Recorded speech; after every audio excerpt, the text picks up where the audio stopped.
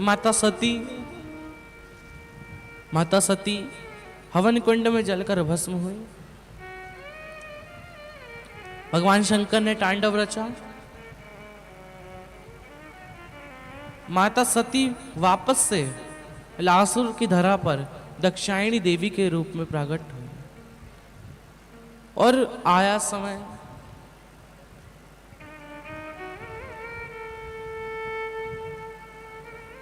भगवान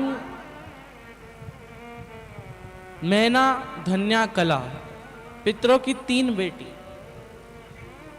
पितरों की 3 पुत्री मैना धन्या और कला।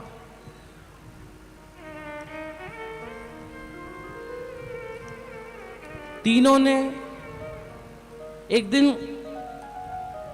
एक रास्ते से गुजर रही थी। वहां ऋषि मुनि सनत कुमार तप कर रहे थे। अब तीनों निकल रही थी, उनके लहंगे से 7 ऋषियों को चोट लगी, ऋषियों को क्रोध आया।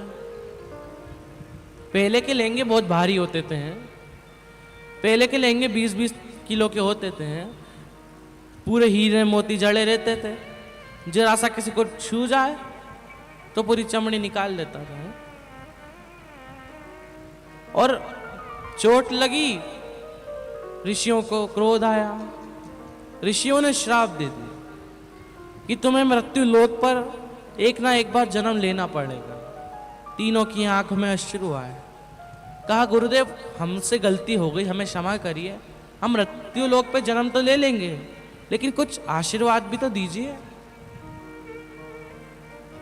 सनत कुमारों ने तीनों को आशीर्वाद दिया, तुम मृत्यु लोक पे जन्म तो लोगी, लेकिन तुम तीनों की गोद से 3 देवियों का जन्म होगा। तुम्हारी गोद में 3 देवियां खेलेंगी। और बहुत कठिन है मृत्यु लोक पे जन्म लेना है, बहुत कठिन। जब माता के पेट में होते हो, दोनों मुष्टिकाएं बंद रहती हैं। भगवान से कहते हो कि हमें यहां से निकालो, हम भजन करेंगे, भजन करेंगे, भजन करेंगे। और जब मृत्यु लोक में आते हो तो बोलते हो कि भोजन करेंगे, भोजन करेंगे। और बहुत भोगना पड़ता है मृत्यु लोक में, बहुत दुख, बहुत तकलीफ, बहुत दुख, बहुत तकलीफ। कुछ बीमारी हो गई, उसकी तकलीफ, घर में कलेश हो रहे हैं, उसकी तकलीफ, कोई अपशब्द कह रहा है, उसकी तकलीफ, बहुत तकलीफ। मृत्यु लोक पे आप आए हो तो आपको दुख तो झेलना ही पड़ेगा। यहां पर कोई ऐसा नहीं बैठा जिसके जीवन में आज तक कभी दुख ही नहीं आया है। कोई भी ऐसा नहीं बैठा जिसके जीवन में आज तक दुख नहीं आया, जिसके जीवन में आज तक तकलीफ नहीं आई।